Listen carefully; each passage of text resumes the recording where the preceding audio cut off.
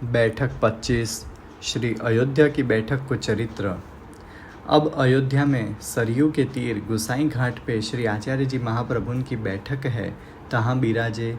पाछे एक समय आप अयोध्या जी में कोईक स्थल के दर्शन करीवे के पधारे। वा स्थल पे वाल्मीकि रामायण होत हती। तहाँ श्री हनुमान जी श्रवण करत हते। तब हनुमान जी ने कही, जो आप कृष्ण उपासक होय के श्री रामचंद्र जी की पुरी में पधारे हो। तब श्री आचार्य जी कहे, जो हम तो अपने श्री ठाकुर जी की ससुरारी जान के पधारे है, ससुराल जान के पधारे है, और तुम नग्न होय के कथा सुनो हो, ताते एक लंगोटी लगाए के कथा सुनो तो आछो। सो वाही दिन ते जहाँ रामायण होत है, तहाँ एक वस्त्र बिछावत है। पाछे श्री हनुमान जी ने कही, जो आप अयोध्या को श्री कृष्ण की ससुरारी कैसे बताई, सो कहो। तब आप कहे, जो पूर्वे अयोध्या को राजा नग्न जीत हतो, ताकि बेटी श्री सत्या जी नाग्न जीती हती। सो श्री कृष्ण को ब्याही हती। जब 7 बैल नाथे है, तब नाग्न जीत ने श्री सत्या जी को ब्याह कियो, ताते ससुरारी कही। सो नाग्न जीती श्री सत्या जी श्री कृष्ण की ठाकुर जी की द्वारका लीला की 6ठी पटरानी है।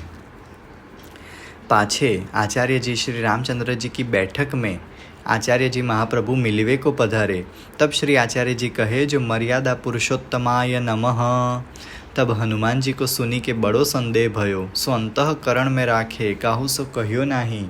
पाछे श्री रामचंद्र जी अपने महल में पधारे। तब हनुमान जी को संदेह जानी के श्री रामचंद्र जी ने विनको श्री आचार्य जी के पास पठाए, जो यह सामग्री है सो श्री आचार्य जी को दे आवो। तब हनुमान जी वहाँ ते चले। सो देखे तो श्री रामचंद्र जी को स्वरूप धरी के श्री आचार्य जी महाप्रभु अब बैठे हैं। तब हनुमान जी ने दंडवत करी और वह सामग्री आगे धरी। ता पाछे हनुमान जी श्री रामचंद्र जी के पास आई के सर्व वृत्तांत कहे। तब श्री रामचंद्र जी कहे, जो ये मेरो स्वरूप धरी ले, परंतु मोसो इनको स्वरूप धरियो नहीं जाए, यानी मैं इनका स्वरूप नहीं धर सकता हूँ। या को आशय यह है, जो श्री रामचंद्र जी तो श्री पुरुषोत्तम के हास्य को अवतार है।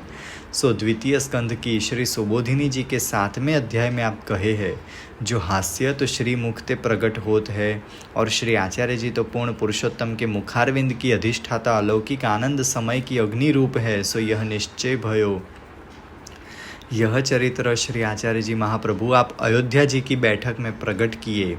इति श्री आचार्य जी महाप्रभुन की श्री अयोध्या की बैठक को चरित्र समाप्त। बैठक 26वीं श्री नैमिषारण्य की बैठक को चरित्र। अब श्री आचार्य जी महाप्रभु जी बैठक नैमिषारण्य क्षेत्र में गोविंद कुंड के ऊपर छौकर के नीचे है। तहाँ आप 7 दिन को श्री भागवत को पारायण किए हैं। एक दिन जप पाठ करी के अदृश्य 88,000 शौनक आदिक ऋषि यज्ञ करत हते। तहाँ गुप्त रीति से उनके यज्ञ में आप पधारे। तब सब ब्राह्मण ने प्रशंसा करी और आसन पे पधराए के श्री आचार्य जी की बहुत पूजा करी और एक श्लोक कहे, नैष्कर्म्यमप्यच्युत भाववर्जितं न शोभते ज्ञानमलं निरंजनं कुतः पुनः शश्वदभद्रमीश्वरे न चार्पितं कर्म यदप्यकारणम्। श्रीमद्भागवत जी स्कंद 1 अध्याय 5। सो इस श्लोक की व्याख्या आप श्री आचार्य जी ने 3 प्रहर ताई किए। पाछे सब वैष्णवन के पास आप बाहर पधारे। सो देखे तो सब वैष्णवन को मूर्छा आई है। तब कमंडलू में ते जल लेके छिड़के। तब सब सावधान भये। तब सबने दंडवत करी के पूछी, जो महाराज 3 प्रहर आप बिना हमारे प्राण बहुत कष्ट पावत है। तब आप कहे, जो यहाँ 88,000 शौनक आदिक ऋषि है। सो ये शौनक आदि ऋषि द्वापर युग से लेकर वहाँ पर अदृश्य रीति से यज्ञ करते हैं नैमिषारण्य क्षेत्र में। और श्री भागवत जी भी सूत जी ने शौनक ऋषि को वहीं नैमिषारण्य में सुनाई है। सो तब आप कहे, जो यहाँ 88,000 शौनक आदिक ऋषि है, सो यज्ञ करे है। ता यज्ञ के दर्शन करीवे हम गए हते। तहाँ उनने श्री भागवत को प्रश्न कियो, ताकि व्याख्या करते करते 3 प्रहर व्यतीत भये। यह चरित्र श्री आचार्य जी महाप्रभु आप नैमिषारण्य की बैठक में प्रकट किए। इति श्री आचार्य जी महाप्रभुन की नैमिषारण्य क्षेत्र की बैठक को चरित्र समाप्त। बैठक 27 श्री काशी जी की बैठक को चरित्र। अब श्री काशी में शेठ पुरुषोत्तम दास के घर श्री आचार्य जी महाप्रभुन की बैठक है। प्रथम आप तहाँ नंद महोत्सव प्रकट किए हैं। ता समय श्री नंदराय जी, श्री यशोदा जी, श्री वृषभान जी, उपनंद आदि गोप गोपाल ग्वाल तथा व्रज भक्त साक्षात स्वरूपात्मक पधारे। नंद महोत्सव भयो तहाँ विश्वेश्वर जी महादेव जी दर्शन को पधारे है। ये प्रसंग शेठ पुरुषोत्तम दास की वार्ता में विस्तार करी के लिखे है। पत्रावलंबन ग्रंथ श्री आचार्य जी महाप्रभु आप यहाँ ही प्रकट कियो है। और तहाँ श्री कृष्ण पूर्ण पुरुषोत्तम स्थापन किए और माया मत खंडन कियो। सो काशी में मत मातंग पंडित हते, तिन सबन को निरुत्तर किए। वे कहत हते जो भाष्य तो 3 है, चौथो भाष्य विवेचन नाही है। सो उनको जीती के श्री आचार्य जी महाप्रभु अणुभाष्य निरूपण किए। शंकर को विरुद्ध मत हतो ताको खंडन किए। सो व पत्रावलंबन 30 श्लोकन में मायावादी पंडितन को निरुत्तर करी दिए। पत्रावलंबन ग्रंथ 30 श्लोक का हतो। तब वे महादेव जी के द्वार पे मरने बैठे और कहे जो आप शंकराचार्य को स्वरूप धरी के ब्रह्म को निराकार स्वरूप वर्णन कियो है, ता मत को श्री वल्लभाचार्य जी ने खंडन करी के साकार ब्रह्म को स्थापन किए है। तब आप श्री महादेव जी स्वप्न में आज्ञा किए जो श्री आचार्य जी कहे सो सत्य है। सो विश्वेश्वर जी की प्रतिमा, सो विश्वेश्वर जी महादेव के जो शिवलिंग है प्रतिमा है उसमें से यह शब्द भयो सत्यम सत्यम च सत्यम च सत्यम श्री वल्लभोदितम प्रवर्ता च प्रवर्त्यम च प्रवर्तेत पुनः पुनः।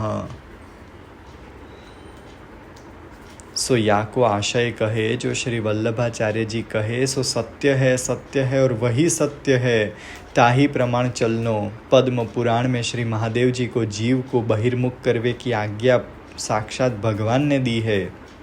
सो श्री ठाकुर जी ने महादेव प्रति पद्म पुराण में यह आज्ञा की है, त्वं च रुद्र महाबाहो मोह शास्त्रम प्रकाशय प्रकाशम कुरु चात्मानम अप्रकाशम च माम कुरु।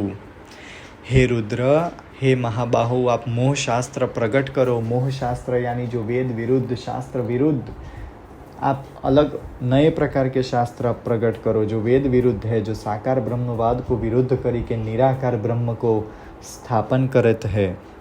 सो ऐसे आप शास्त्र प्रकट करो। और वो प्रकट शास्त्र में आप क्या प्रकाश करो, तो प्रकाशम कुरु चात्मानम अप्रकाशम च माम कुरु। आप उन सभी शास्त्रों में अपना वर्चस्व स्थापित कर दो, यानी महादेव जी का वर्चस्व स्थापित कर दो उस शास्त्र में। जैसे आप ही ईश्वर हो, पर ब्रह्म परमेश्वर हो, इस प्रकार से आप उन सब शास्त्रों में अपना वर्चस्व स्थापित कर दो। और मेरे को यानी श्री ठाकुर जी आज्ञा करत है जो मुझे आप अप्रकाशित कर दो, यानी मेरे ब्रह्मत्व और पर ब्रह्मत्व परमेश्वर पने को आप मेरा वर्चस्व कम कर दो, अप्रकाश कर दो।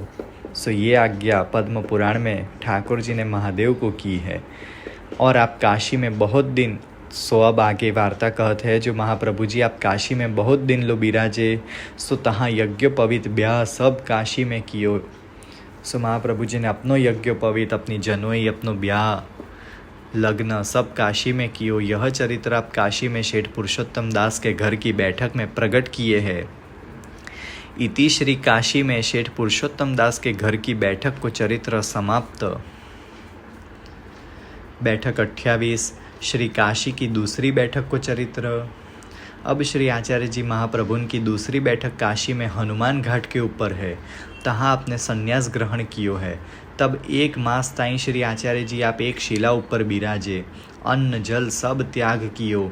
ता समय बहिर्मुख ब्राह्मणन ने पूछी जो तुम संन्यास ग्रहण उपदेश कौन सो लियो। तब आप संन्यास निर्णय ग्रंथ लिखी के दिए। सुबह को बाँची के वे निरुत्तर होए गए।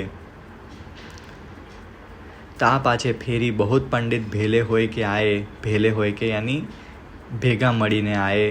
तब आप भयंकर झलझलायमान अग्नि को दर्शन दिए। तब सब भय पाए के पाछे फिर गए।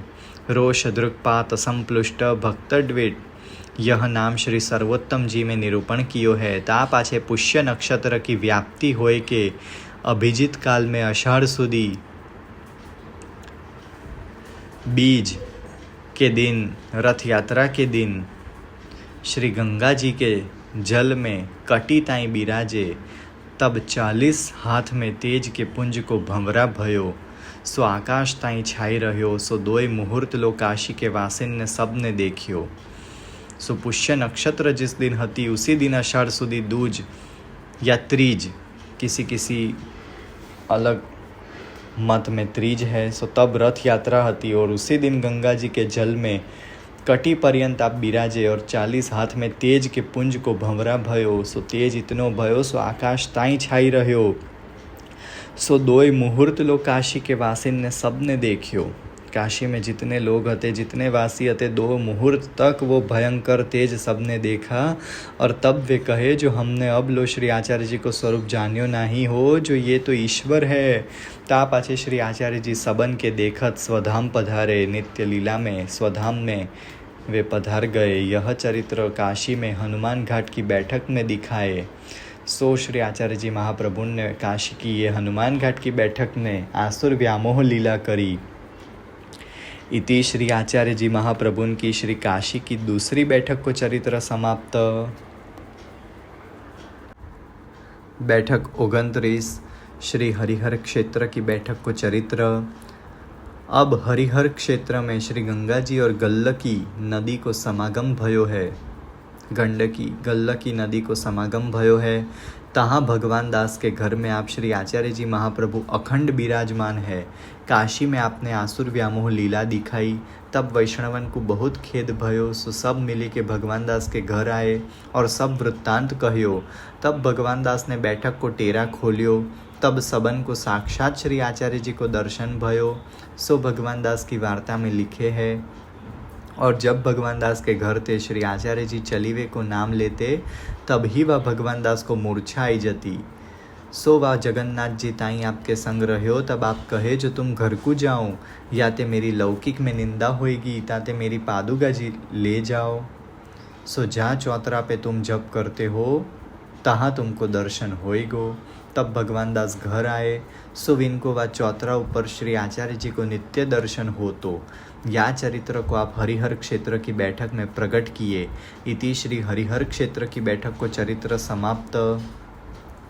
बैठक 30वीं श्री जनकपुर की बैठक को चरित्र। अब श्री आचार्य जी की बैठक जनकपुर में माणिक तालाब के ऊपर भगवान दास के बाग में है। बाग यानी बगीचा में है। तहाँ श्री रामचंद्र जी श्री सीता जी गठ जोरे स्नान किए हैं और श्री रामचंद्र जी की बारात वहाँ उतरी हती। सो भगवान दास के बाग की बैठक में आप सप्ताह किए। ता पाछे केवल राम नागा विष्णु स्वामी के संप्रदाय को हतो, ताके संग 500 नागा जनकपुर की यात्रा को आए हते। सो उनने आए के श्री आचार्य जी को दंडवत करी और कही जो महाराज मोको सेवक करो।